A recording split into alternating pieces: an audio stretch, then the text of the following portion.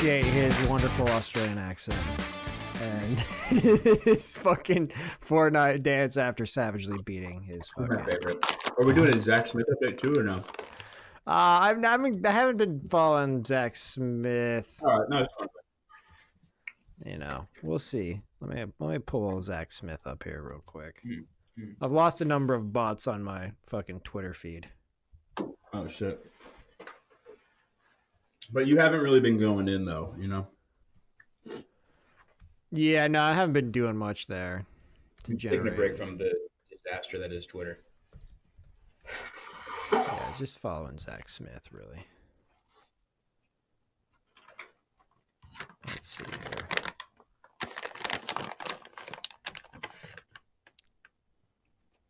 I'm pretty sure I'm eating Haribo gummy bears right now.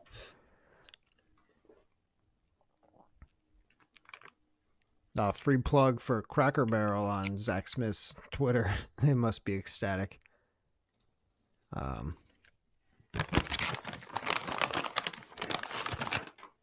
Cool. Fucking blowing my nose all fucking pod. Oh, Mo's sick. I fucking hear about it every 5 minutes. Okay, cool. Call it my health and comfort. I call it my health and comfort updates. I'm getting another health and comfort update. It's like, okay. Good. Thank you. Good. Thank you. Alrighty. So we'll start with Josh Gordon. We'll do Rick Pitino. We'll do National Signing Day, Urban Meyer. And then we'll work the rest of the stuff into the pod at kind of intervals. All right. Gummies are fucking good. Let me just look up real quick. Who is it? Rick Pitino, Urban Meyer. Yeah, so Josh Gordon, then Rick Pitino, then we'll do National Signing Day. Then we'll do Urban Meyer, and then we'll get into the NFL stuff. And then once we get into that, we'll work in the 600-pound juggalo who gets hosed off on her porch, the Angelina Jolie PlayStation 2 tattoo, and then the dude jacking off in the pool. For sure.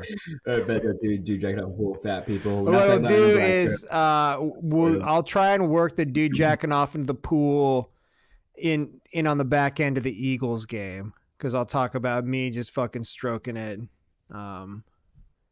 Okay. To fucking Nick Foles' excellent play and how I just love hearing. About this dude eating gummy bears? What's that?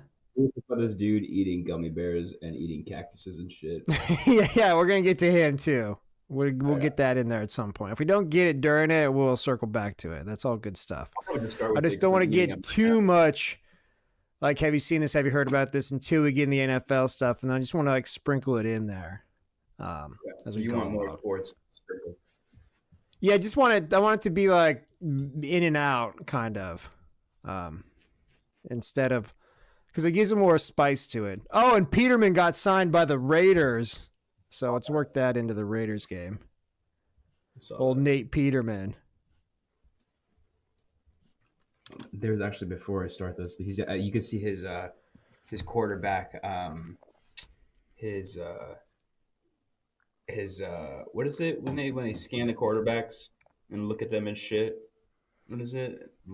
Quarterback day. It's when John Gruden comes down and he talks about how good or bad yeah, quarterback camp or whatever. Yeah, it's one of those things. It has his report, and it's can read plays very well, can see holes before they open, all this shit, and a lot of it isn't true, obviously, but we'll see. Maybe he just needs a fresh start. Lots of times people just need a fresh start to quit throwing interceptions every fucking 5 passes. Buffalo Wild Wings. This podcast not brought to you by Buffalo Wild Wings, but if it were, but if it were, we'd be talking about their $5 game day pitchers and how you can get drunk on cheap domestic beer while eating fucking far too large portions, and you can end up like, what's her name, 600 pounds on your back porch, fucking getting hosed down. The best part of that video, I'll get into it, but when the guy's like, sometimes it gets kind of gross fucking hosing out her butt crack. He says that. Yeah. Which makes sense. I mean, who's wiping that thing? Why wipe it when you can hose it down? It's like a porch bidet. Yeah. Just don't breathe in the aerosols as they come off of her buttocks. Yeah, don't breathe that in. All right, you ready to rock? Oh, that's how we get new diseases, dude, is fat people on their fucking porch like that. You get these Mountain Dew, these things that are immune to the Mountain Dew chemicals, you know what I mean? Anyways. The yellow dye number 9 can't kill them off. Which brings us to our next point. Our favorite live streamer, Dead Mothman, who's been falsely accused. Anyways, let's go. Falsely accused. There's no proof. There's no video proof. I mean, that sounds like a skit. Nothing about that seemed real. Lock me up. If that's abuse, lock me up. That was fucking staged. Grace.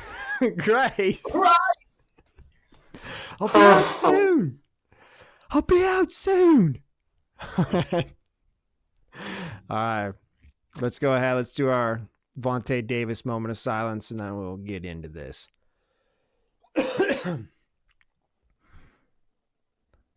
Hey, everybody. Welcome back to the comments section. Week 16 in the NFL is about to kick off. Bobby Fever here with my co-host, PokerGuy98.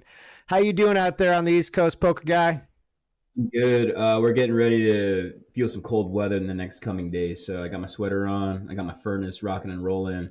I am ready for this little cold front. But let's get right into it, man. Let's talk some Josh Gordon. Let's get into it, man. Josh Gordon's not going to have to put up with the cold weather in New England anymore because he's taking a break. He's taking a break for mental health reasons. And, you know, I don't want to make light of anybody out there maybe listening that has mental health issues. But it is strange timing that he needs to take a break for his mental health issues on the exact same day that he's been placed back on the commissioner's exempt list for yet another positive drug test. So Josh Gordon, as old Stephen A. Smith says, stay off the weed. Advice not taken. And Josh is back on the list, and who knows if he's ever playing football again. I didn't think it was just weed though. I thought it was like a mixture of like lean and like cough syrup and all this weird codeine stuff. I don't think it was just weed. I don't know. I'm gonna have to see that drug test because sometimes drug tests they get mixed up in the UPS mail. You know, sometimes the UPS guy is ripping your package open and stealing it and switching it. So you know, it's all accusations until we see the results. I'm not selling Josh Gordon stock just yet. I'm keeping him on my fantasy team. I'm keeping him on there. It's a keeper league, and I'm going to hang on to Josh Gordon for the next 3 years in hopes that he's going to return to action. We're talking about drug tests. So I was in the Marine Corps. We used to have to take fucking drug tests all the time. So I was stationed out in 29 Palms, California, which, I mean, I guess everywhere, it seems like everywhere is the meth capital of the world these days, like West Virginia, Kentucky. Wherever you get a bunch of white people, a bunch of Taco Bells, and a bunch of Circle K's with Polar Pops, you're going to have a high propensity of drug users, particularly methamphetamine. That is a drug of choice for my people. And so we had to take drug tests like all the time. So we got drug tested one time on a Monday, and then we got drug tested again on a Wednesday, and then we got drug tested again on a Thursday. And one of the things with the drug test was, so I was on the enlisted side of the Marine Corps, but I had a college degree, and I had a college degree in the sciences. Nice. Yeah. So I was referred to as college guy. Hey, college guy, come here. So people would come up to me, and if you're enlisted and you have a college degree, everyone thinks that you're like Stephen Hawking or you're fucking like Elon Musk or somebody that you like know everything about everything. So people will be like, hey man, how about change out a camshaft on an El Camino, college guy? I'd be like, I don't fucking know anything about cars. And then they would scoff and they'd be like, so you're a fucking college guy. I thought you're supposed to be smart, man. But one of the things that I got a reputation for was for whatever reason, I don't know why, people were like, they thought that I knew everything about like drug tests. And like that got perpetuated because I would always like field people's questions. So like on a random Monday, there was this Indian dude who he really liked to do cocaine. And he would go out on like a Friday night. And we never had drug tests on the weekend. That was the one thing you could always count on. It wasn't like whoever's at USADA who would like break into Lance Armstrong's house at like 2 a.m. and be like, Lance, piss in this bottle. And somehow Lance fucking was always clean but always dirty. I don't know how the hell he did that. Josh Gordon should have hooked up with Lance Armstrong's people. He wouldn't be in the position that he's in. But you could always count that, like, there were never surprise drug tests on like a Saturday or a Sunday. So people would go out and like he'd be like, so Friday was like his coke day. It's like his coke day. It's like, all right, I'm off of work. I'm going to do hella coke. And then Monday comes, he's going to get drug tested, whatever. But people would always come up to me and they'd be like, yo, Bobby. They'd like slide up to me. They'd be like, yo, Bobby. Yo, come here, man. I'd be like, yeah, what's up, dude? Hey, man. I did like a bunch of fucking coke on Friday, man. But I was like drinking water. I was like drinking water on like Saturday and Sunday. It's like, yo, you think I'm going to pop on this shit? And I don't know. I don't know fucking know. I don't do coke. I never did coke in my life. Like, thank God I wouldn't be here. The person I have, I'd be a fucking dead man if I started shoving that shit up my nose. But anyhow, I'd always look up into the air like I was doing math in my head. Let me see here. Oh, so let's carry the one. And I'd like, no matter what that person told me, I'd always look back and I'd be like, you're good, dude. Like, you're good, man. It's like, you should be good. Like, you should be good. Like, I wouldn't be too worried. And then they would leave me alone. And then, like, for whatever reason, people were always passing these drug tests. I guess coke gets in and out of your body pretty darn quick. The weed, not so much. I mean, Josh Gordon, he's hella lean. Like, the weed gets stored in your fat cells. So, I mean, he doesn't have any fat in his body, so he must be smoking hella weed. Like, we were talking about, dude, we had that one friend who, like, he was on like weekly drug tests and he was still smoking weed like every week, but he had a system, man. Like, he had a system where he's like, yeah, I'm going to weigh out my 0.2 on Monday. I'm going to blaze it up. I'll be good by next week's drug test. So, I mean, he had a system for that. Josh didn't have the same system. So, hey, I can get you that guy's number too, Josh. He can fucking hook you up. Between him, Lance Armstrong's people, you got a good chance of getting back in the league. I don't think it's just weed. I think he was, getting in trouble with like Percocet and Xanax and lean and codeine and all these things. But a little bit going back to what you were saying about this, people passing drug tests. I had a friend of mine who he would have drug tests like in the morning at 10 a.m. And I think you know who I'm talking about. I know this dude too. Apparently we got lots of fucking shady friends. We got lots of shady friends. Yeah. Well, that's why we're friends. That's why you and me get along. But anyways, going back to this guy, he would have drug tests like at noon or at 10 a.m. and he would smoke in the morning and then come up to me disgruntled like, oh, bro, like, I'm really worried. And we'd be like, why? Why are you worried? Why are you worried? Like, why? He's like, well, I just smoked this morning. Smoked pot. We're like, well, why would you do that? You have a drug test in like a matter of hours. And he's like, do you think I'm good? You think I'm good? We do that Bobby Favre math. We do carry the 1, multiply by 3. No, you're not good, dude. And then I'd always see him on the back end, like if his exam was at 12, I'd see him at like 3 or 4, and he'd be like, oh, hey, what's up, buddy? What's wrong? Oh, I passed my drug test. It's such bullshit, man. It's not fair. It's not fair. And then we kind of take a couple steps back and be like, bro, Oh, you said he passed it, but he failed it. And that's what he did. He failed it. He failed it. Yeah, I feel that shit every time. So if you're listening out there and you have drug tests, dude, just don't smoke. If Josh Gordon, if you're listening out there, just like wait to the postseason or wait till after the postseason. Like you were saying, just fucking play one playoff game. Just one. Don't you want to do one playoff game, dude? But I don't know. I guess I've never been in a situation like that, but who knows? Josh Gordon, I wish you the best, brother. Wish you the best. Yeah, I mean, I hope he gets back in the league at some point. That ship may have sailed, but I mean, that's the thing. Is like, I don't think him. If he is just smoking weed, I mean, come on, man. It's legal in like 11 states at this point. So, But if your job, I mean, if your job says you can't smoke weed, then if you want to do your job, like you probably shouldn't smoke weed, right? I mean, that's kind of what it boils down to. I'm sitting here eating some Albany's world's best fat-free, gluten-free, low-sodium, 12 flavor mini gummy worms, and these fucking things, dude, they're gummy bears, and they are addictive. I don't know what's in them, but goddamn, they're delicious. They're addictive, man. We'll talk a little bit more about gummy bears later. I want to move on to Rick Pitino right now, though. Rick Pitino, he's got a new job. It's overseas. He's got a new job in Greece. He's going to be coaching Giannis, whatever that fucking guy we say, Antetokounmpo, Kumpo, whatever. He's going to be coaching his older brother. I thought that was pretty good on my part there.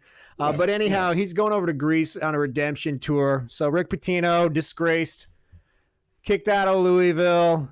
And it's sad. I mean, the Louisville triangle of integrity has been dissolved at this point in time with the great Rick Pitino, your man, my man, everybody's man, Bobby Petrino, and then the mastermind of it all, Tom Jurich, whatever his name is, the former athletic director. So he's headed back overseas on a redemption tour with the goal of getting an NBA head coaching job. I hate seeing bad things happen to good people like that. You know what I mean? What did Rick do? What did Rick do to ever deserve something bad to happen to him? He was just trying to help that woman. You know what I mean? He was just trying to help. He's just trying to help her, man. That's it. Prove me wrong. He believes in love. That's why he hired all those prostitutes for those recruits. He's just a man that believes in love. All right, and there's nothing wrong with that. His favorite movie is Love Actually, You've Got Mail, and The Notebook, believe it or not. He does not like Titanic, but he does love You've Got Mail. That's his favorite Christmas movie is Love Actually, right? That's my wife was watching that the other day, and I made my way. I fucking sidestepped that one. I dodged that bullet. I'm sure it'll come back around for me at some time before. That's on Netflix too. So fellas, if you're listening, don't turn Netflix on for at least the next month because there's some fucking landmines in there. Love Actually being one of them. So stay the fuck away from that movie. Ooh. I mean, I'll say this. It's not the worst. It's not the worst movie of that type.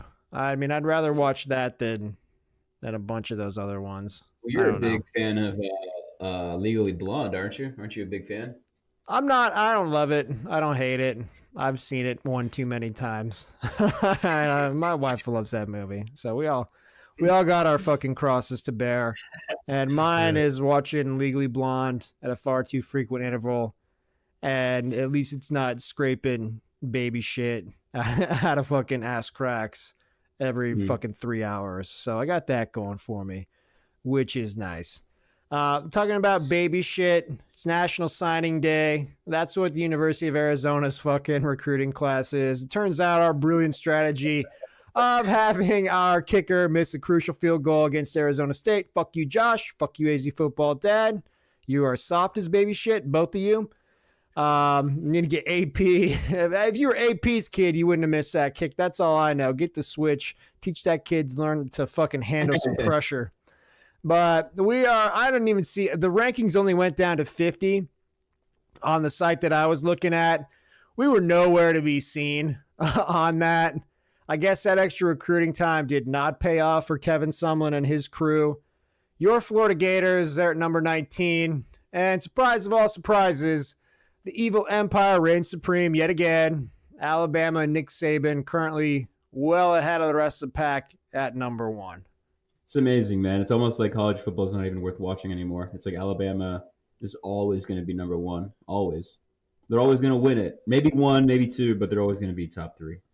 Yeah, I mean, it's just, they got a machine. They're sitting on top of a machine. And I think all the rumors about Nick Saban leaving, they just died down at this point because no one can think of a reason why he would ever fucking leave. Yeah. That machine's too well-oiled. He's the king. He gets to do whatever the fuck he wants to do. He's literally the king. Georgia Bulldogs, number 2 right now. Texas A&M, I think they're number 3, rounding out the nice. Top 3 there. The Florida schools, I think Florida State's 11, Florida's 19. And I don't know where the two-time UCF. defending national championship UCF Golden Knights are at this point in time, but I imagine that they are high in those rankings as well. Amazing. They're amazing. So one school whose recruiting classes have dropped a little bit, University of Ohio State Buckeyes. Pardon me in my disrespect, the University of Ohio State Buckeyes, you fucking assholes, you pompous fucks. But hey, you've beaten Michigan 7 times in a row, so I guess we do have to put the Ohio State in front of that. Urban Meyer, he's no longer the coach, but he will not be gone. He will not be forgotten because he is, of all things, in the greatest twist of irony. I mean, the other thing that would be more ironic is if Bobby P or Rick Pitino came back to Louisville and taught this same course. But Urban Meyer is going to teach a course at Ohio State next year called Character and Leadership. So apparently the brain tumor is subsided, and he's going to be okay enough to stand in front of a bunch of pasty white kids from Ohio and talk about character and leadership. Well, talking about character and leadership, suspended the first 3 games of the season, going back to Zach Smith, he's saying that he was supposed to step down, this and that. But, he's teaching a course on character and leadership. He's a good man. My only concern really is who is going to be his assistant professor? That's the real question. We might get some Bobby P in there, get in some surprise weekend course. Yeah, get a guest lecture from Bobby Petrino. That would be fantastic. So here's the thing. When you crash your motorcycle with the woman on the back of it, number one thing is to protect her identity and to protect her integrity. So you want to get her away from the crash scene as soon as you can. You don't want anyone to find her there. You want to help that young lady out. That's your number one priority, is protecting her identity and her good name. So that's the first thing you want to do.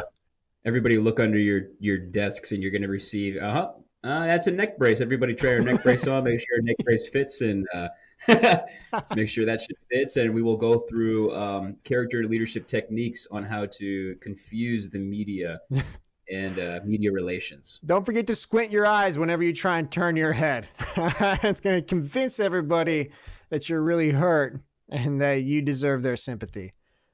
Next week, we're going to be covering makeup on how to create bruising and some stippling on how to create cuts and road rash on your face. But, so take notes. We're going to send that out in a PowerPoint. That'll be in your Dropboxes. Everyone go ahead and look for that. So let's go ahead. Let's start getting into some of these games. It's week 16. Oh, my God. It's over. Oh, man. College football season's over. They're playing the fucking Buffalo Wild Wings Jitterbugs Bowl tonight or whatever the fuck it is. This podcast not brought to you by Buffalo Wild Wings, but if it were, we'd be talking about their $5 game day menu. Go ahead and check that out. That's because they are advertising on the fucking site we are looking up our games on.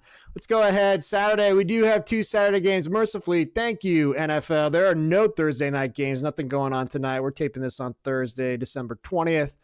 So nothing going on tonight. But Saturday at 1:30, well, the weekend almost gets kicked off with a craptacular game. Redskins at the Titans.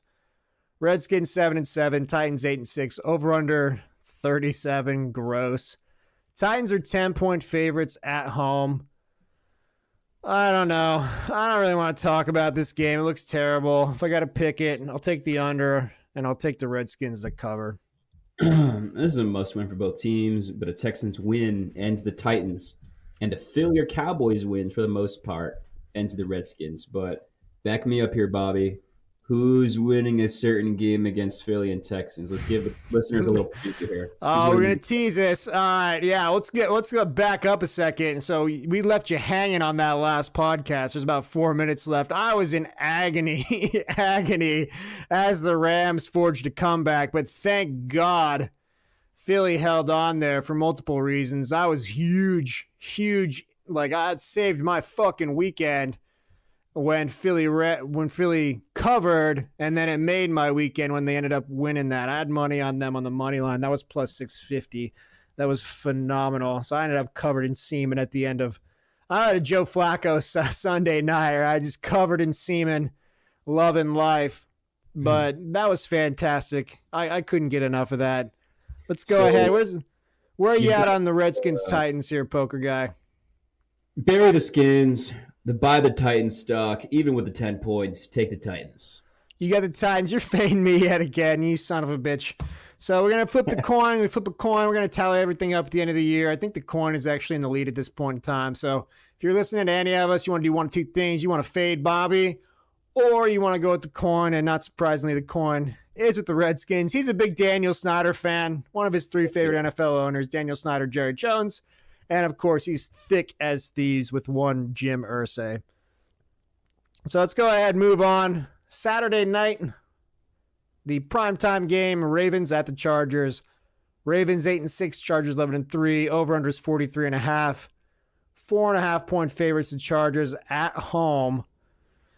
And, I mean, Chargers fans, are you going to go to one of these games? You going to go to one of these games, like, at some point? They're like, this is going to be half Ravens fans. They got a big contingent all over the country. Lamar Jackson, I think he's going to get exposed for not being able to throw the football.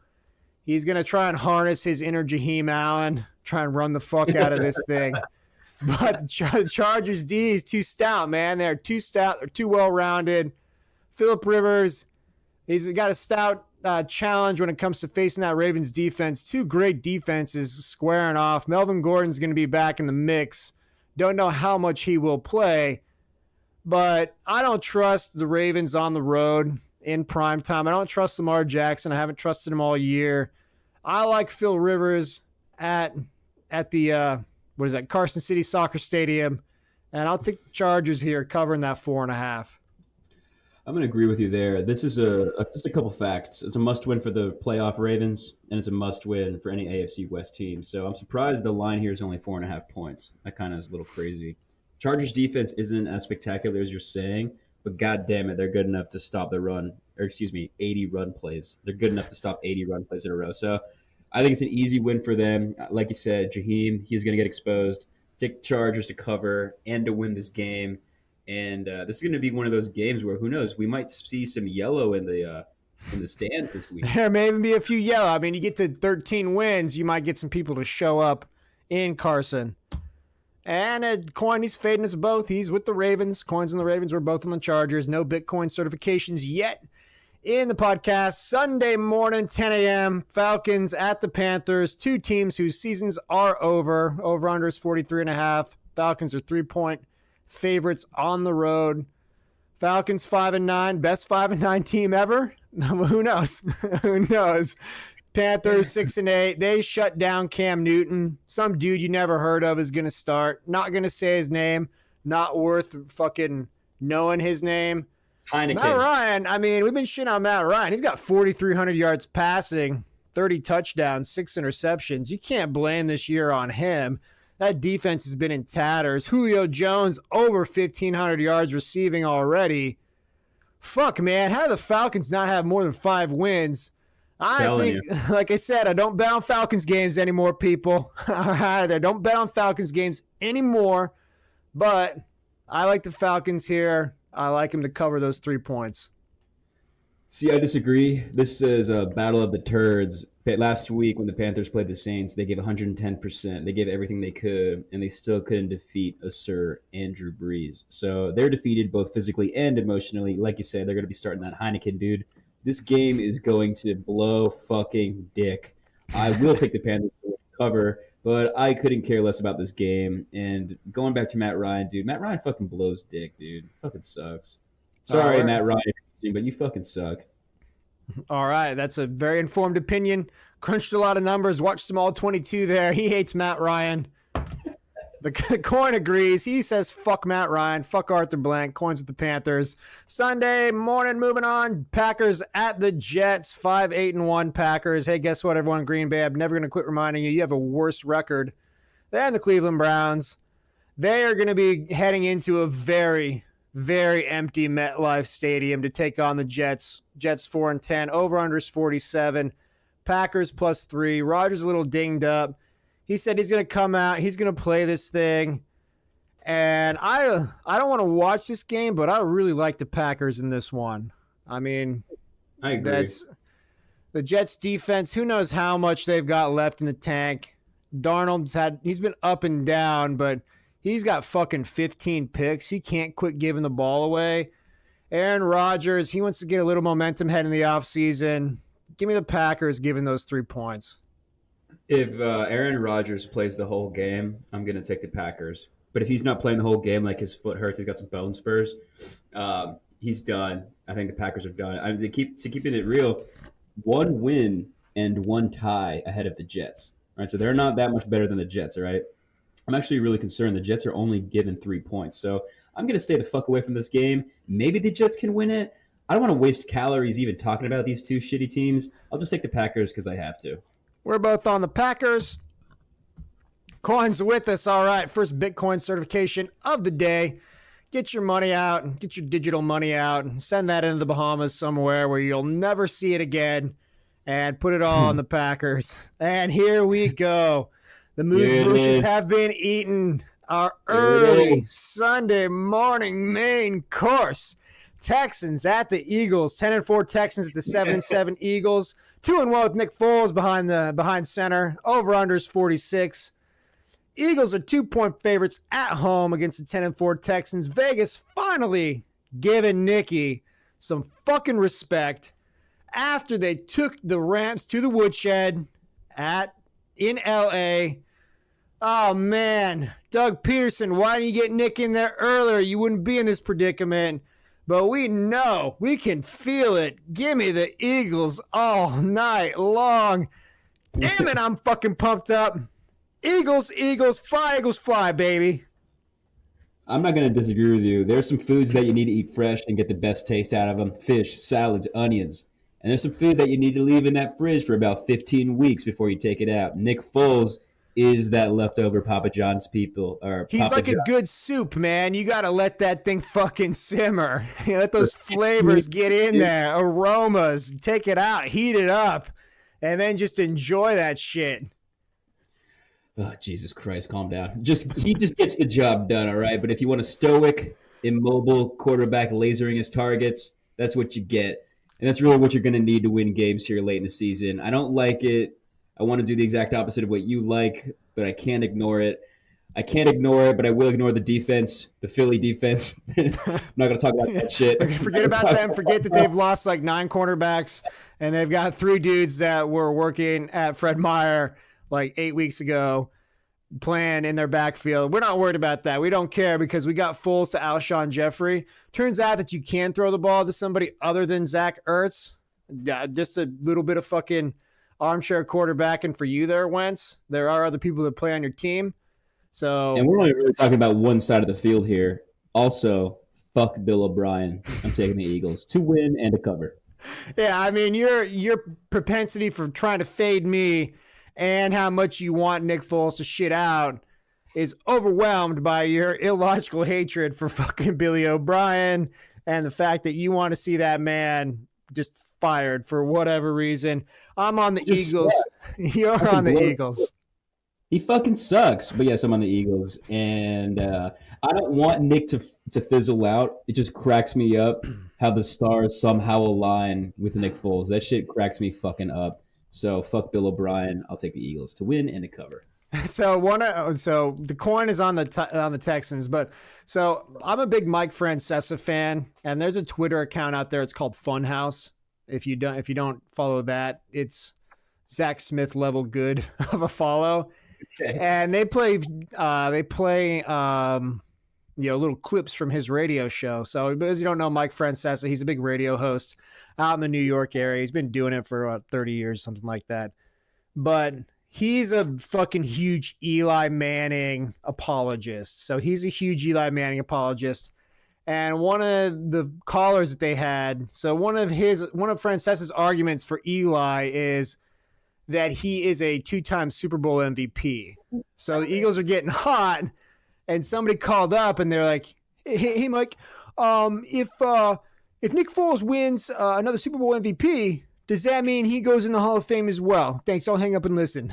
and then Francesa goes off about no, he doesn't have any good points to make. But that's a legitimate question to ask. If you got 2 Super Bowl MVPs, which I'm not saying the Eagles get incredibly hot this year and that happens again, I'm not saying it doesn't, obviously. I'm not saying that it doesn't. I would never say that. But if it does, I don't know. Maybe it's time to have that discussion.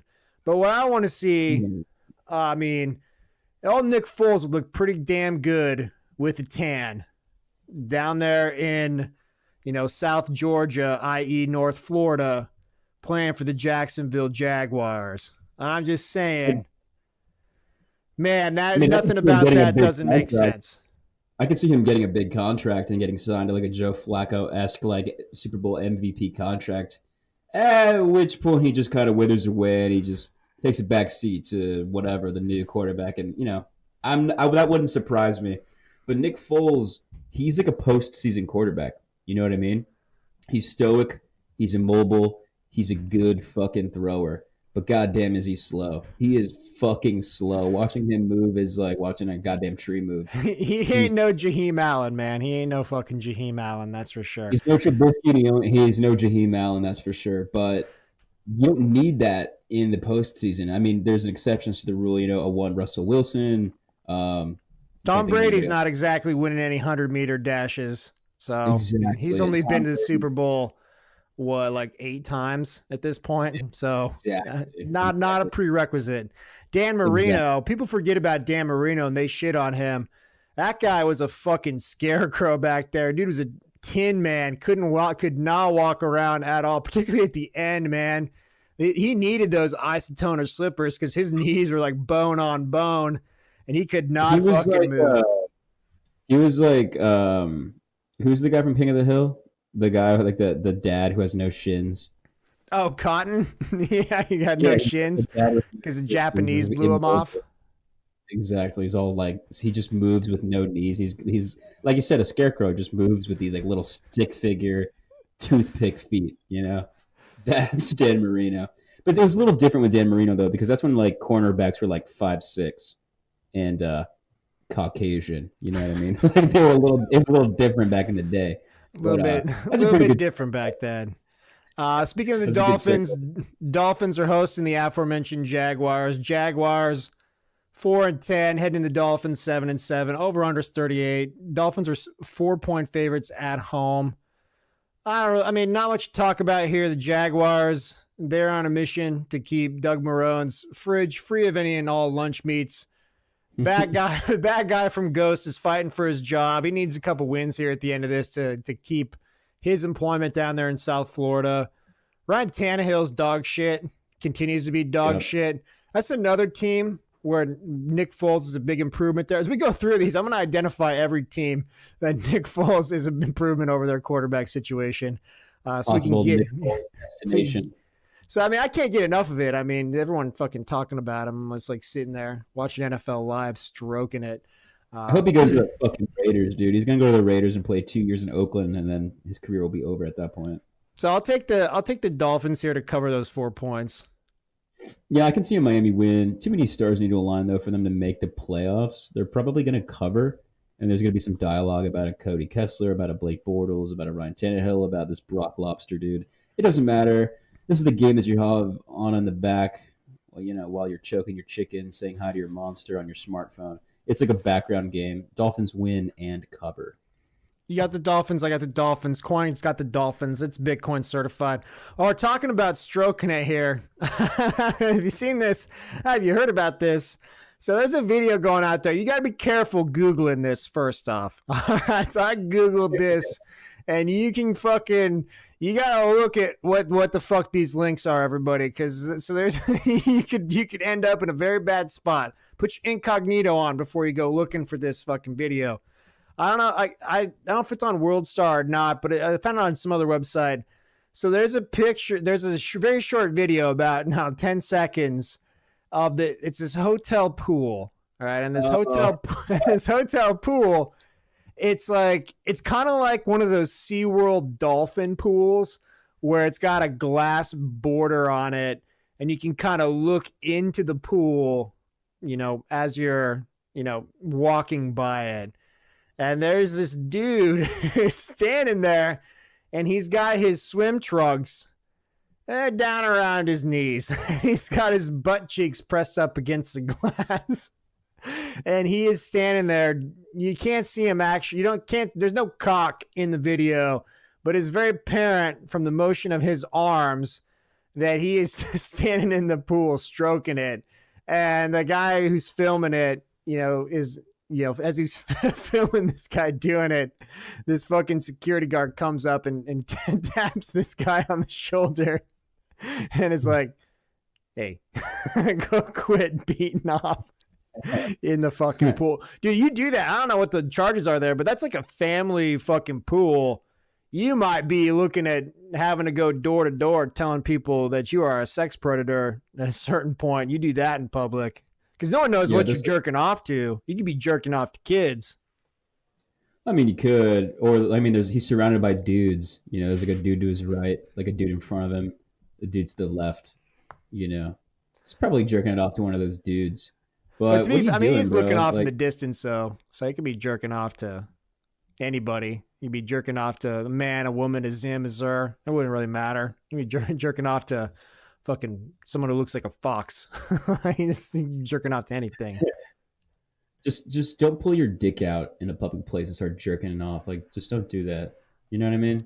That's it's basically a swimming pool version of all those internet videos you've seen of people just blasting themselves in libraries. Like, that's like the number one place to see people.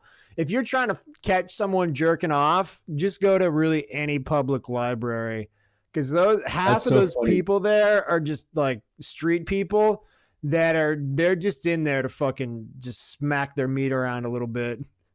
It's funny you say that. When I was in school at the University of Florida, there used to be these libraries, and there were libraries. They're probably still there, but there was these study rooms, and the rooms were imagined like 3/4 drywall, 1/4 glass, and you would need a key to get in there, and there's a little private, but you could have your back against the wall, laptop up, but looking out.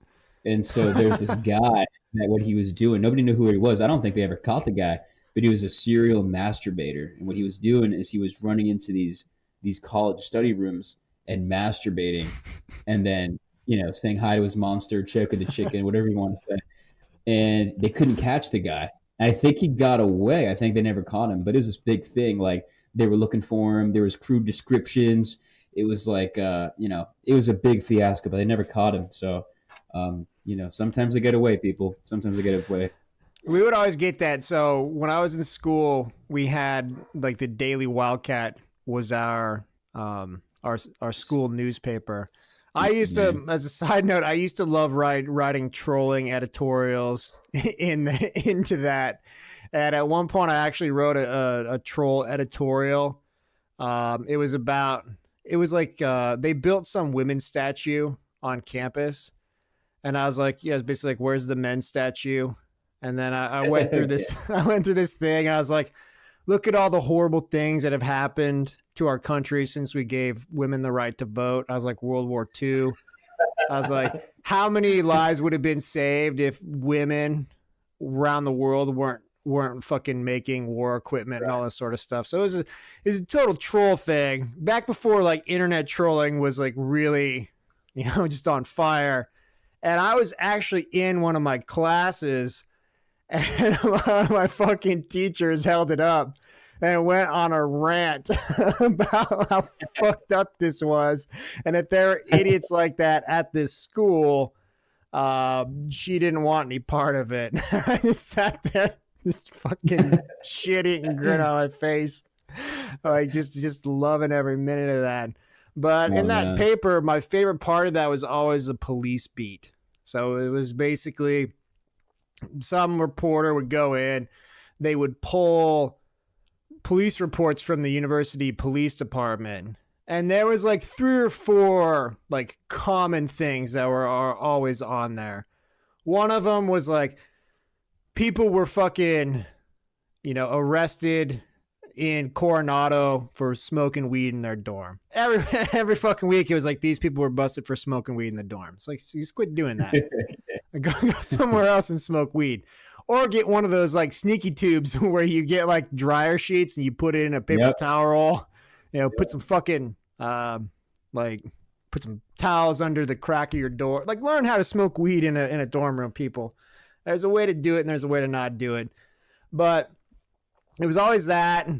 And then there was almost constantly dude caught in library masturbating. Like it'd be like, and one of them was like, this guy asked if he could, I think he asked if he could draw some girl's feet or something like that. And I mean, dude, if that's not like the biggest red flag in the world, like, I don't know, you're an idiot. Like, I get it. Like, I don't want to victim shame or victim blame, but the girl's like, yeah, he wanted to draw her feet or something. And then she's like, when I looked up, and then when I looked up, he had his penis out and he was fucking jerking off. It's like, yeah, where the fuck did you think that was going? Like, where did you think that was going to end up? And then we had this guy who was like, he was like the trench coat masturbator. Like he would just walk around in a trench coat and then he would like jump out in front of people, just like jerking off. And then he, like, as soon as they screamed and all that, and I don't know if he busted a nut or whatever, but he would fucking just throw the trench coat back on. And, if he could actively, like, bust. I don't even know where the fuck we were at here. All right, Bills and Patriots. Let's get back on the rails. Jaheim Allen taking his team into New England. 5-9 Bills at the 9-5 Patriots. Over under 44.5. Minus 13.5 point favorites at home. I don't know if that line's been adjusted at all since Josh Gordon went on his sabbatical for mental health / was told by the NFL that he couldn't play anymore. But Patriots do not look good. They don't look good at all. I don't like the momentum they have. They're going to win this game. We're all pretty confident they're going to win that, but I think we're all pretty confident towards the end of the Dolphins game they could take that home too. That didn't happen. They're on a losing skid, lost to the Steelers last week, but they're going to win this. But I'm going to take the two teams I don't bet on this year, the fucking Bills and the fucking Falcons. So I'm not putting any money on this, but I like the Bills to cover. I would tease them up 1 point, get them one more point to 14.5 like I did with the Eagles last week. But if I'm putting money on it, which I never will, I'd buy a point and get the Bills to 14.5, and I'd put my money on them. Yeah, I agree with you. I think I'm going to pick the Bills to cover with an end-of-game field goal or some bullshit to keep it within like 11 or 10. Stay the fuck away from the over-under. But the reality is it's Pats in Foxborough. It's Pats' default win. I don't bet against Bill Belichick at home. But yeah, Jaheim Allen and squad will keep it close. Good luck, Jaheim. They're going to play some ball control, grind the clock. They got a good D. Where you at on this one, Coin? Coin's on the Patriots. Giants at the Colts. 5-9 Giants at the 8-6 Colts. Over-unders 46.5. Colts are 9.5 point favorites at home. I think Odell Beckham is out of this one. I think he's done for the year. Eli Manning, he's fallen back into form. He's fucking terrible yet again. He's done enough to fuck up the Giants' tank so they can't get to Haskins. They can't get to Herbert in the draft. So dumb. And Pat Shurmur came out and he said he thinks Eli has years with an S left as a starting quarterback. Gross. Ouch. You know who doesn't have years is you, Pat Shurmur. You don't have years, yeah, brother. You're going to be gone next year after Eli fucking gets you run out of town. He's a coach killer, man. He fucking took out Tom Coughlin. The short, tumultuous reign of Ben McAdoosh was another victim of his. I mean, once again, Ben McAdoo, dude, you cannot have your hair greased back like that and not win that many football games. That is a recipe for disaster. You can only have greased back hair if you are a champion, if you are a winner. Can't fucking do that. I love the Colts here. The Giants are imploding. The Colts, they got a couple people. Andrew Luck, not in the Pro Bowl. Their rookie linebacker. I can't remember his name off the top of my head, but he's a fucking monster. He is not in the Pro Bowl. He's fucking pissed off. He said he's trying to get 40 tackles this week. He's like, I'm going to get 40 tackles against the Giants. That's how pissed off he is. I love the Colts here to cover that 9.5. I think the Colts are going to win, but I think the Giants are going to be able to cover. 9.5 points is weird. It smells like Vegas robbery to me. These New York fuckheads will continue to shit their pants and screw up their own fucking lottery pick just to prove a point, and they may actually win the game in the process, which is a big no-no, assholes. It's a high-scoring game if you're going to ask me. I think 46.5 points. I'm going to take the over. I think the Colts win, but Eli will continue to fluff his stats for his inevitable trade at the beginning of the offseason. He's trying to do what Derek Carr is doing, and I'm not fucking fooled, brother. I'm not fucking fooled, okay? Ain't fooling me. Ain't fooling you. We're not flipping the coin on this. We never flip the coin on Colts games because the coin rides hard with Jim, and the coin is always on the Colts. So Coin and I are on the Colts. You're on the Giants. Buccaneers at the Cowboys. 5 and 9 Bucks. Into the 8 and 6 Cowboys. Cowboys 7-point favorites at home. Over-unders at 48 points. Well, that's if the Cowboys can score a point this week. That'd be nice of them to kind of help that over there. They're actually able to score a fucking point. But I think they're able to. The Buccaneers defense is falling apart. Famous Jameis is always good to not see somebody. I didn't see that guy, man. He's always good to not see somebody every week. They may get a pick six. They'll at least get a turnover. Dak Prescott, I saw something on Twitter. Apparently Dak Prescott's got some dick pics out there somewhere on the internet. I didn't go looking for him. Hopefully his cock is not as modest as Brett Favre's. Poor Brett. But poor Brett. Do not put that modest penis out there on the internet like that. You don't want to do that. And I like the Cowboys. I don't know. I wouldn't touch that over under. I think the Cowboys defense shuts the Bucks down. I think they're pissed off. I think they got something to prove. I do like the Cowboys to cover those 7 points, though. I'm not a homosexual by any means, but when I get off this pod, I am going to Google a picture of Brett Favre's penis. I haven't seen it. You keep talking about it. I need to see it. I want to fucking see it, okay?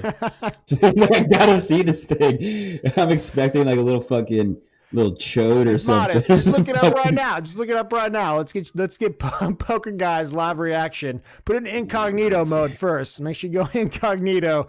You might end up on some of the same websites where you almost end up to see that dude getting caught jerking it in the pool. Okay.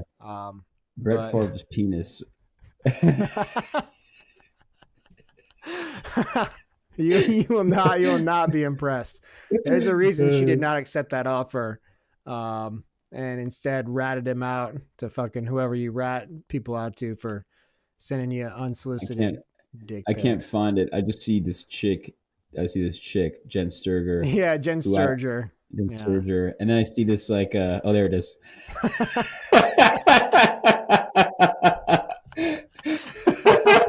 It's like the size of his thumb.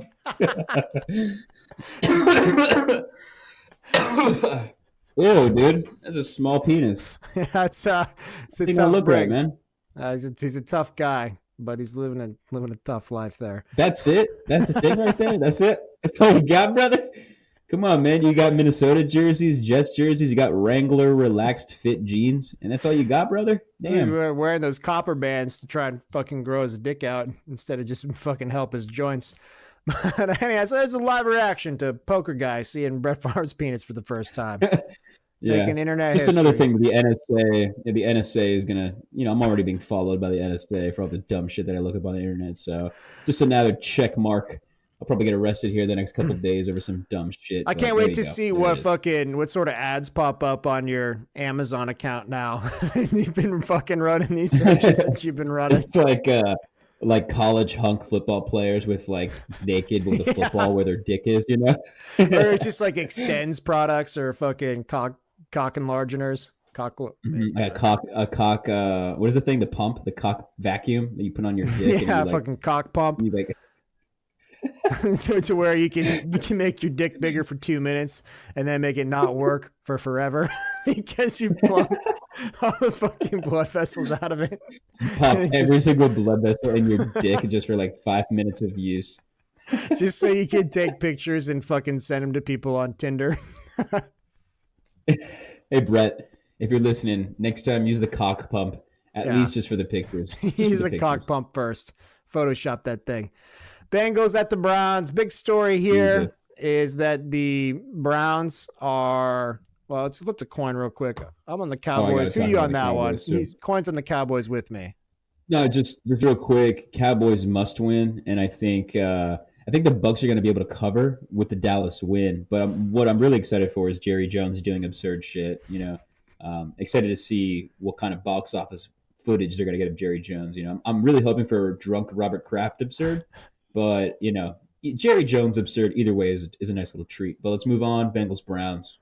Bengals and Browns, and here's the only storyline in this game: Hugh Jackson coming back to Cleveland, and his welcome is going to be very frosty, very frosty. And I think he continues his tradition of not winning football games in the city of Cleveland.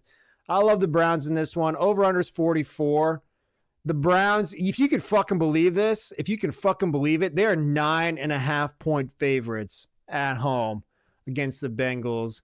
I'm staying the hell away from this game. There's too much emotion in this game to get a feel for how it's going to turn out. Jeff Driscoll's too athletic to be contained. He's gonna be scrambling the fuck around trying to get away from Myles Garrett and the rest of that crew.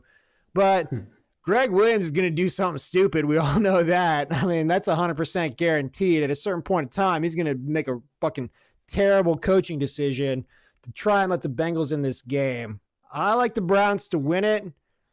If I'm going to pick something, if I'm going to bet on anything here, I'm going to bet the over, because I got to think that they're going to put some points up on the board in going after Hugh and the Bengals. So I don't know about that 9.5. But if I got to pick I think that 9.5 is weird. I think that's a 9.5 points is weird. I don't like that. I like it either. I will take the Browns. If I'm forced to pick this thing, I'll take the Browns. I'll keep my money off it, though. Well, Thanos, somebody's looked at that green Thanos stone thing, and Doctor Who himself has revealed that in this multiverse, Jeff Driscoll can, in fact, win professional football games. Okay? I know, that's crazy. I never thought that would happen. That's madness. He's feeling dangerous. And we're going to learn this weekend who's more dangerous, Baker or Jeff. Us Gator fans, we don't have much to root for these days. It's not Baker. It's Baker. We're going to root for Mr. Athletic, Jeff Driscoll. 9.5-point favorites. Yeah, fucking right. So grab the Bengals to cover in a close one. But with that being said, I wouldn't be surprised if this game ends in a fucking tie. You know what I mean? Like a nice little mistake in overtime and ends up being a tie. Bengals at Browns, what could surprise you? Nothing could surprise you. Coins on the Bengals. So that's 2v1, no Bitcoin certifications on that game. I was hoping for the coin to land like on the side. You know what I mean? Kind of land like in the middle. It's like that top at the end of Inception, where you're like, dude, is that thing going to fall down or not? Apparently, spoiler alert for those of you that haven't seen that 10-year-old movie. So go ahead and fast forward through the next minute of this podcast. I think Bruce Willis, he's been dead the whole fucking time. Yeah, okay? Bruce Willis, he's been dead the whole fucking time, all right? He's dead. And I think that at the end of that movie, it's like Leo is in the real world. I think that's how that goes. Like the top is going to... I thought it because it was still spinning. It meant that but it was going to fall. Apparently one of the Easter eggs is that any scene with Michael Caine in it is them in the real world. So the fact that Michael Caine is in that last scene is also an indication that everything turned out happily for Leonardo DiCaprio. So we can argue about that all day. Hey, Christopher Nolan, let's make a new Batman movie, okay? Yeah. Let's do a new Batman movie. That's what we care about, all right? Batman's alive. He's eating lunch in Italy with Anne Hathaway. And, Michael Caine nods, Batman nods. Everybody's happy at the end of it. I'll tell you who's not happy, Lions fans, with their head coach, Matt Patricia. Vikings 7-6-1. Heading into the Lions, over-under is 42.5. Lions are 6-point dogs at home. I don't care. I'm going with my heart on this one. I need a fucking Vikings loss in one of these last two games. It's got to happen. And come on, fucking Lions. It could happen. Detroit's only it could happen. But here's the thing. They got to give me something here, because the Vikings are at Chicago next week. And depending on what happens with the Rams and the Rams, the Saints, and Chicago, the Bears might be in a position where they're going to have to play that wild card round, and that game's not going to matter. So they might tank it out against the Vikings. So this is a big fucking games for all the Foles fans out there. Excuse me, Eagles fans. If you are actually an Eagles fan, I don't give a fuck about the Eagles. But I want another Foles run. I'm all over the Lions here. I'm going to be rooting hard for the Lions, and I'll take them to cover those 6 points as well. Minnesota, at this point, though, they're in, and the Skins and Phillies right on their tail. So these divisional games are always a coin toss, and they did fuck Miami last weekend in the mouth to the tune of many a skull horn, okay? But again, why is Detroit only a 6-point underdog? That's fucking weird. You know what I mean? That doesn't make any sense. Vegas knows something. They knew something at that Niners-Seahawks game. Vegas knows something. It's fucking rigged, man. It's fucking rigged. Hashtag aluminum foil. Anyways, either way, I'm going to be clapping my hands above my head like an asshole this weekend. I'm going to take the Vikings to cover. Oh, you're hating. And win. You're hating. I'm not a hater. I just can't wait for more Vuvuzela chance over here in Minnesota in the postseason. Coin, also a notorious hater. He's on the Vikings as well. I'm sorry, did I assign a gender to that coin? I feel like I've been assigning a gender to this coin. Zers on the Vikings as well. Pardon me, that was not intersectionalist of me at all. Why can't she be a woman? Why can't it be a female coin? Why does it need to be? Why are you caught up in this whole binary thing, man? There's more than 2 genders, brother. Sunday, late games, Bears, the 49ers, 10-4 Bears at the 4-9 49ers. Over-unders 43. Niners are 4-point dogs at home. I'm getting fucking deja vu right here. An NFC powerhouse heads into San Francisco as a 4-point favorite on the road. Well, hey, welcome to last week. Fuck you, Russell Wilson. Fuck you, Pete Carroll. Hello, Matt Nagy. Hello, Mitch Trubisky and Khalil Mack.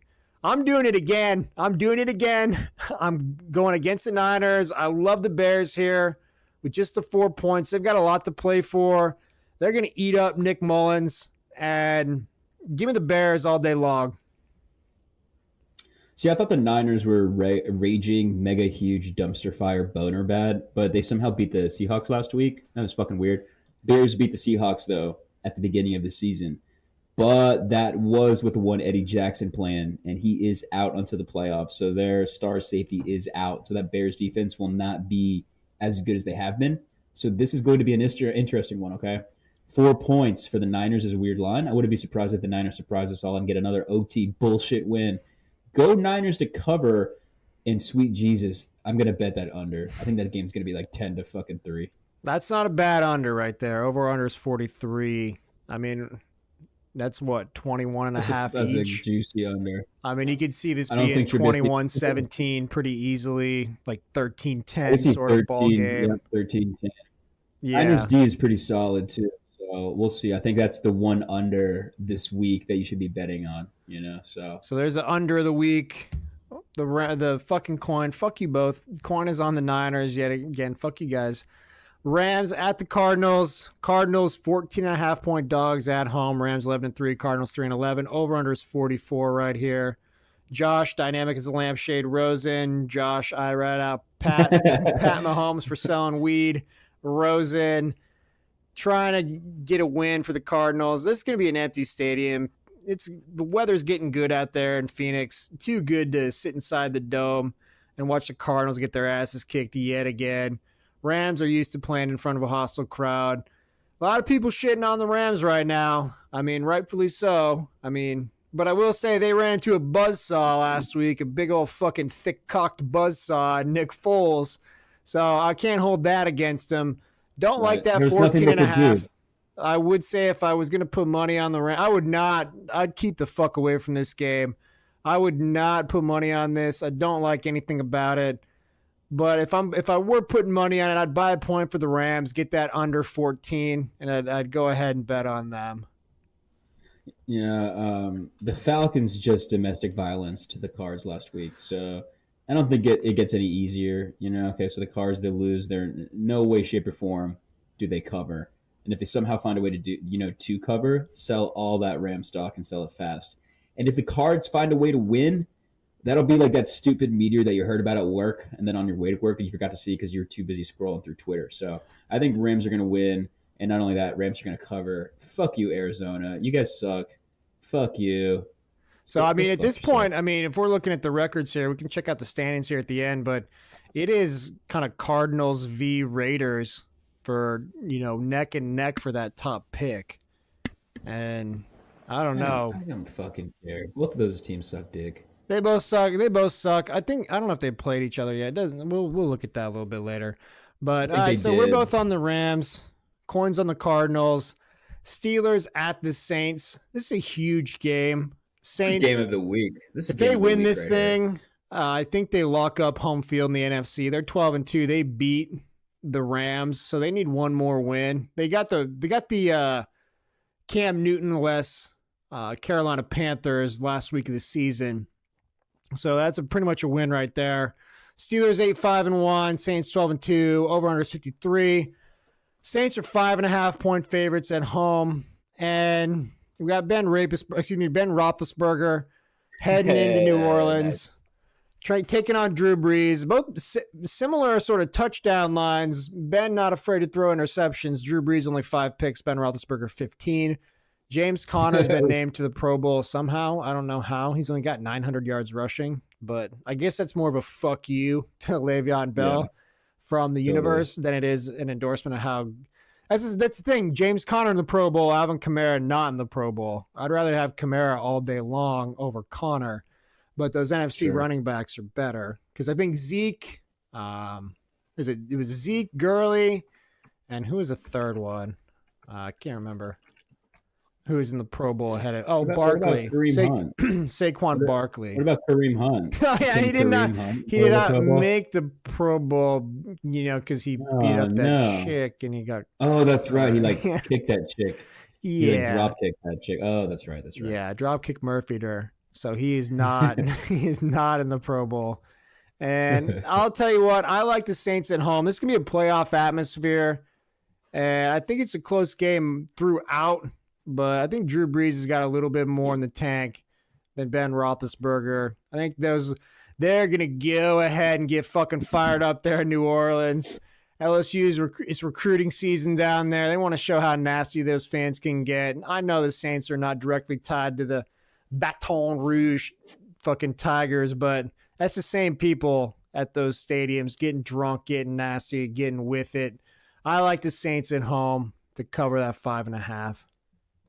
Either way, this is going to be a fucking crazy game. This is going to be the end of, I think, a 3 or 4 game road streak for the Saints. They haven't been at home in a long time. So this is going to be the game of the week in the Dome. And this is going to be not only that, a must-win for Pittsburgh. So it's a must-win for Pittsburgh in a place where it's impossible to win. Okay, it's going to be a sick game. I'm Nostradamusing a stolen game by the stealing Steelers. So the stealing Steelers will steal the AFC North and reclaim it Steeler country. Sorry, I had to do that. Drew Brees, tears. Steelers win. Calling it now. All right. Coin is with you. All right. Fucking A, man. I'm getting faded by everybody right now. Chiefs at the Seahawks. That's the way to do it, man. Listen to the coin. Listen to PokerGuy. Do not listen to me. If you saw my Bovada account, you'd know that's a bad idea. Chiefs at the Seahawks. Over-under is 54.5. Chiefs are 2.5-point favorites on the road. This is a primetime game. Chris Collinsworth, Al Michaels, they'll be hanging out with us on a Sunday night. Chiefs 11-3, Seahawks 8-6. I don't believe. I mean, I was on the Seahawks last week. We were all there, desperately hoping that they would fucking pull their heads out of their asses and get something done in San Francisco. They did not. You lose to Nick Mullins. And then you get Patty Mahomes coming in. He's got 45 touchdown passes already this year. I think he's got the ability to put a few more up. Oh, which, by the way, God, what the hell? You remember Brandon Browner? I think it's Brandon Browner. Is he his quarterback? A corner? No, he was part of the original Legion of Boom. So the original Legion of Boom has fallen on hard times. But Browner. Oh yeah, this guy. Yep. Yeah, he went to jail. Yeah, so he is not a good guy. He is fucking. I think he's going to jail for like a decade at this point. Yeah, I think he absolutely beat the shit out of women. Like he He didn't do like a cheerful like kick, where the No. chick didn't have any injuries. Like he literally beat women to like their death almost. Yeah, so he's a bad guy. I just saw that like a Yeah. week or two ago. For whatever reason, I just thought of that right now.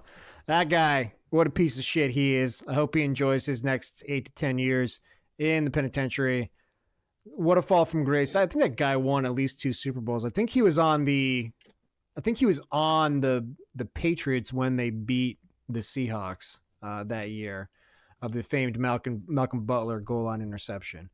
But That was dope. anyhow, Legion of Boom is no more. I don't know why right now, but I'm just got a visual of Earl Thomas getting carted off, holding that finger up too. It's been a while. But Earl, hope you're feeling better. That broken leg. Best of luck moving forward. It won't be with Seattle apparently. So Seahawks, they're thin in defensive secondary. Chiefs are thin at running back, and I think that, man, I don't know. It's all about the Chiefs' defense. Can they show some signs of life? Can Yeah. they stop the running game? But I like Patty They Mahomes fucking to put up some suck. points. And what's the weather going to be like, too? Is it going to be a cold, rainy shit show where we can't get much offense? That changes the complexion of the game. Seahawks, they got a good running game that keeps them in it. But if the weather's somewhat fair, I like the Chiefs. I like Andy Reid to stave off the the moon's coming out and the werewolf fucking part of playoff Andy Reid starting to rear its ugly head. I agree. But I think he's got another week or two in him, and I like the Chiefs here covering that 2.5 on the road. This is game of the week, part D. The Steelers Saints game is in the afternoon, so it's 4 o'clock, so you can actually enjoy that. You won't have to be watching Rams cards. So this is the game at 8 o'clock. You'll be able to enjoy. It's going to be a sick one. This is kind of a must-win for both teams. Chiefs battling the Chargers for that 1 seed. Seahawks trying to make the playoffs. So I expect the Seahawks to keep it close, but they're ultimately going to lose this game. Kansas City needs a win here for that first-round bye and help Andy Reid feel the taste of postseason victory, because that's as close as he's going to get to a postseason victory because their defense is dog shit. I expect a Chiefs win, and I would bet the over because, gosh darn it, Russell enjoys a shaky D, and he'll be able to keep up with Mahomes for most of the game. So I'm actually really pumped for this game. And like you said, a lot of it's going to depend on the weather, but I'm going to take the Chiefs here. You got the Chiefs. I got the Chiefs. Yeah, Bitcoin certification. Everybody's on the Chiefs. Triple up there. We are all on the Chiefs. Monday night game, Broncos at the Raiders. Let's fly through this. Big news for the Raiders. All right, so Broncos 6-8, Raiders 3-11. Over under is 43. Raiders are only 3-point dogs at home. That's a sneaky line right there. But I guess Vegas thinks Denver's pretty much given up at this point. I mean, There's no reason to assume that they wouldn't. Or that could be the Peterman effect. So it could be the Peterman effect because the Raiders just signed Nate Peterman to a contract and they're going to put him on their practice squad. John Gruden is not giving up on Nate Peterman. There's like a report that I guess John Gruden and Nate Peterman, they've been trying to get together since day one. Even at the recent draft combine, that he said he knows how to read things really good. He's an old-fashioned quarterback that knows how to do good things. He's very competitive. He rips it.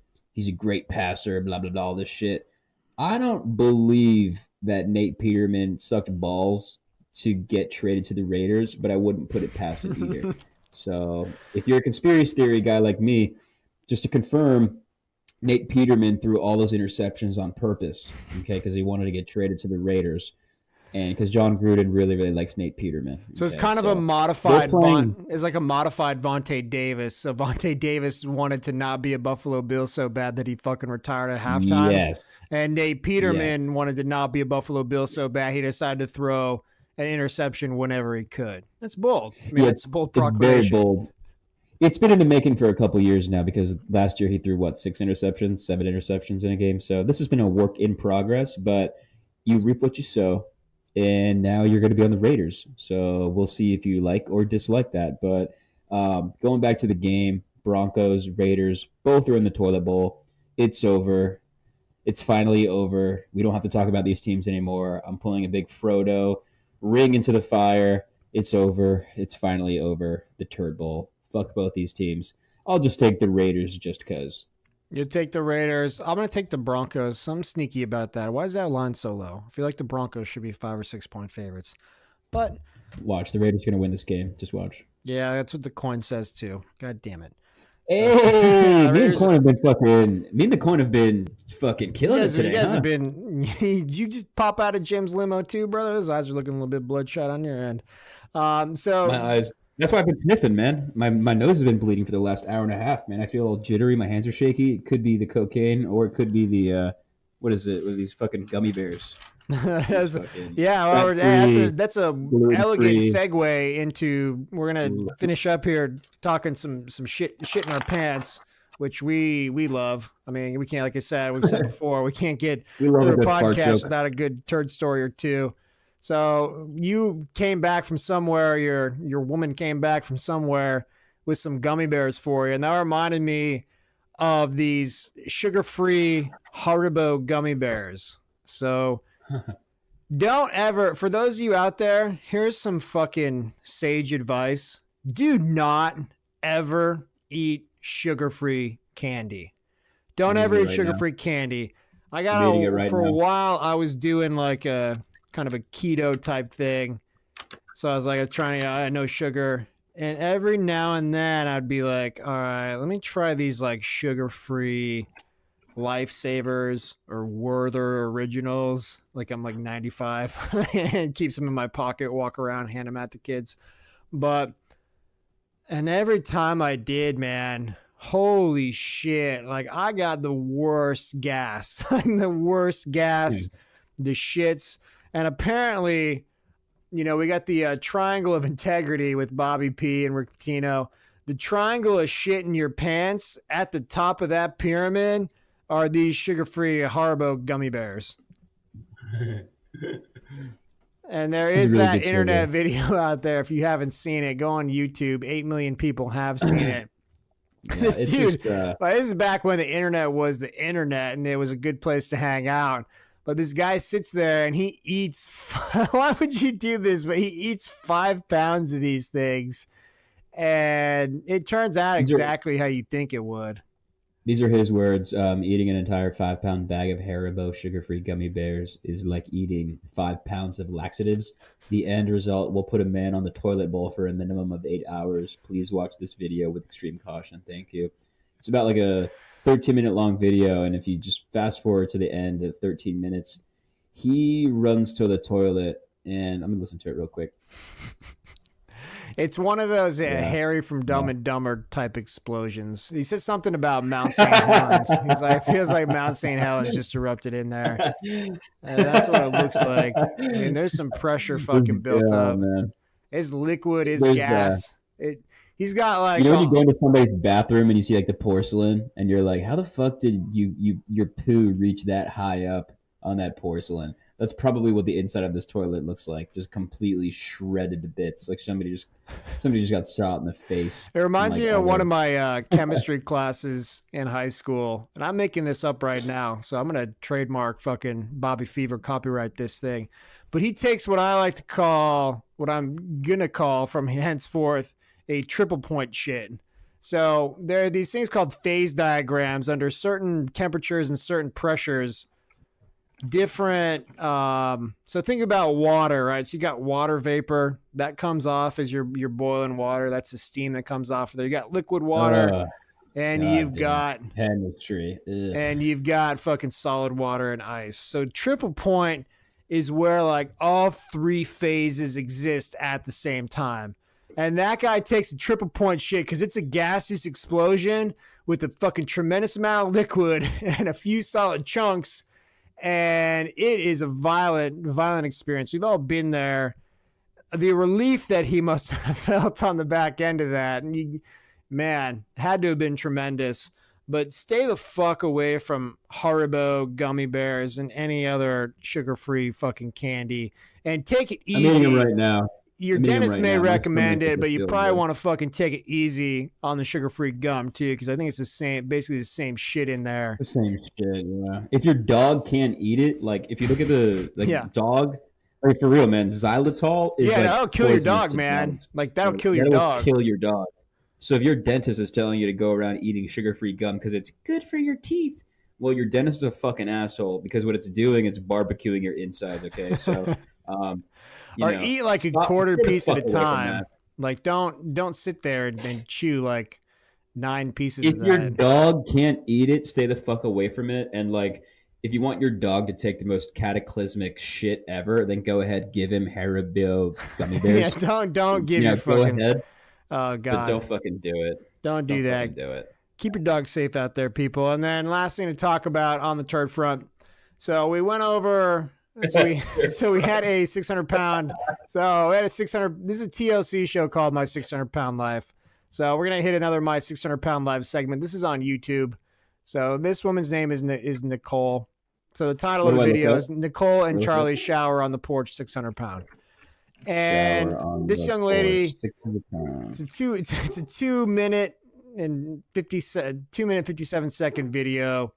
And so this woman, I mean, ostensibly, I don't know, all these people are, more or less 600 pounds, except for that video that you sent me where this dude's sister gets on the scale and she's like 805 pounds. And when the doctor reads it off, her brother, who's fucking huge too. I mean, he's probably at least 400 pounds. Like he's sitting there in judgment, like he's doing CrossFit tournaments on the weekend or something.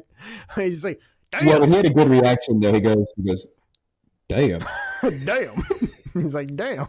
It's like, all right, but whatever. So, but anyhow, Nicole, like this little video starts off with her getting up in the morning, and she's like, I gotta eat something like as soon as I get up, or it feels like I'm gonna throw up. So she's not doing intermittent fasting. For all of you out there that are a fan of that, I was not aware of intermittent fasting. It's kind of a diet technique where you only consume food for a certain portion of the day, and then once your body hits like 12 hours without food, it has no other choice. Like all the sugar's gone, everything else is gone. So it's got to burn fat. So you're burning fat for 4 or 5 hours before you eat again. If you combine that with like a ketogenic lifestyle, you're supposed to get really good weight loss results. So there's some free diet advice for everybody out there. What you don't want to do is what Nicole does. What you don't want to do is what Nicole does. Because she says when she wakes up in the morning, she's got to eat something right away. Or she's going to feel sick, like she's going to vomit. It's like, okay. So first thing she does when she wakes up, she's like, Charlie, give me my chips. Give me my chips.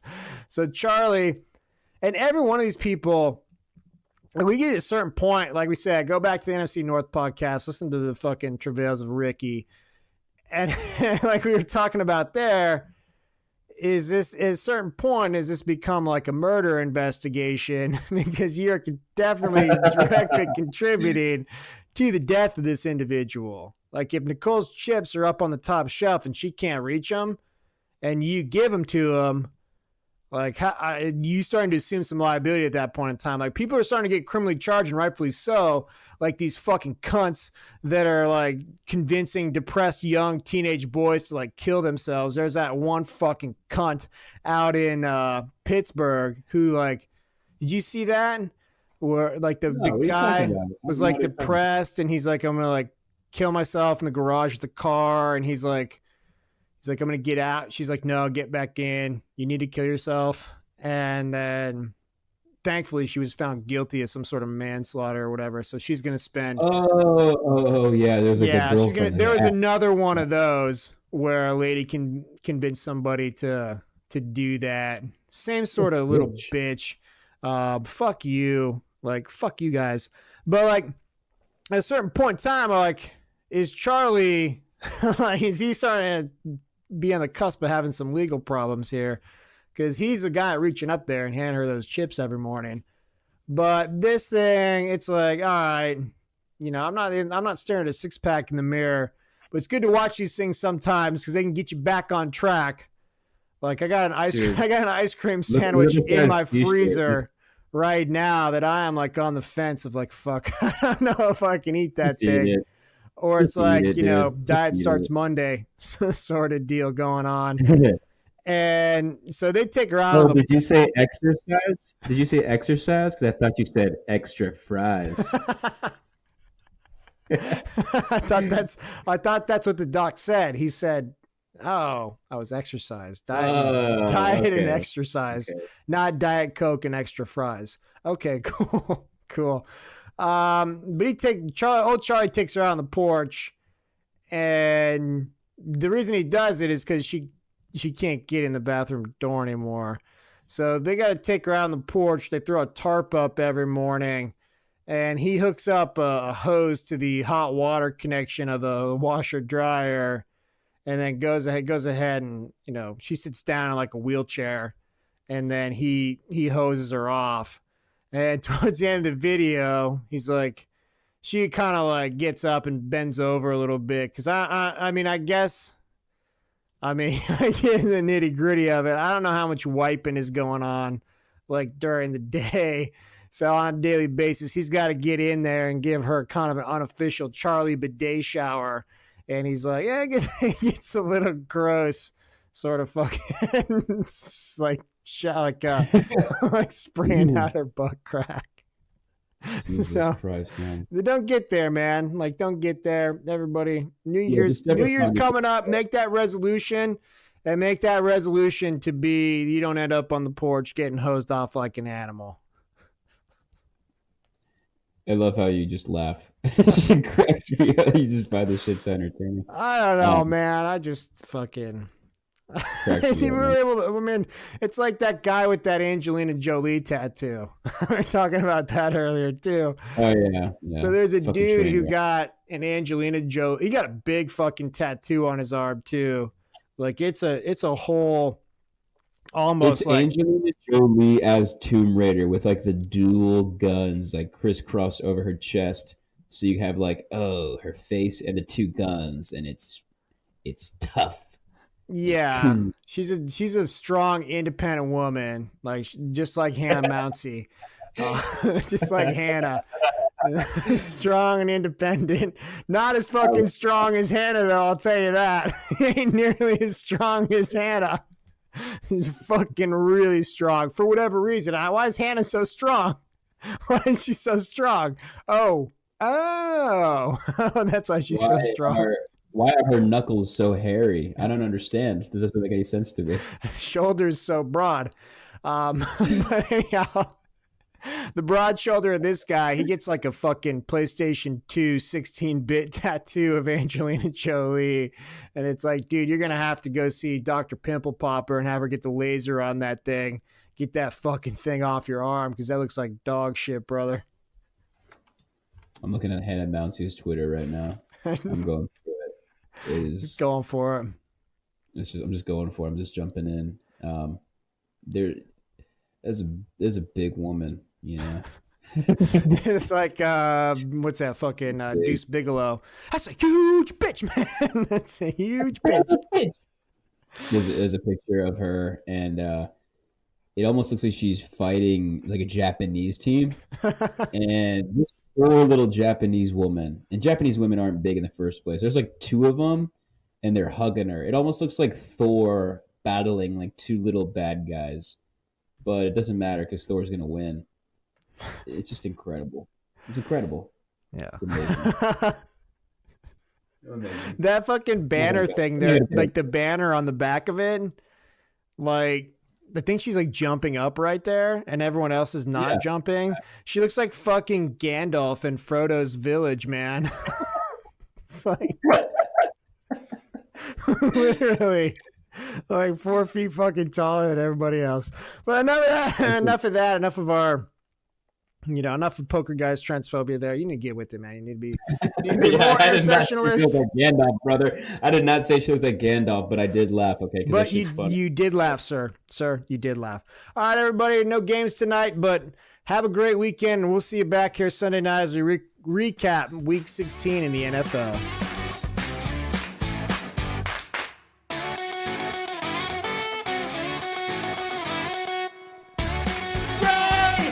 Grace! I'll be out soon!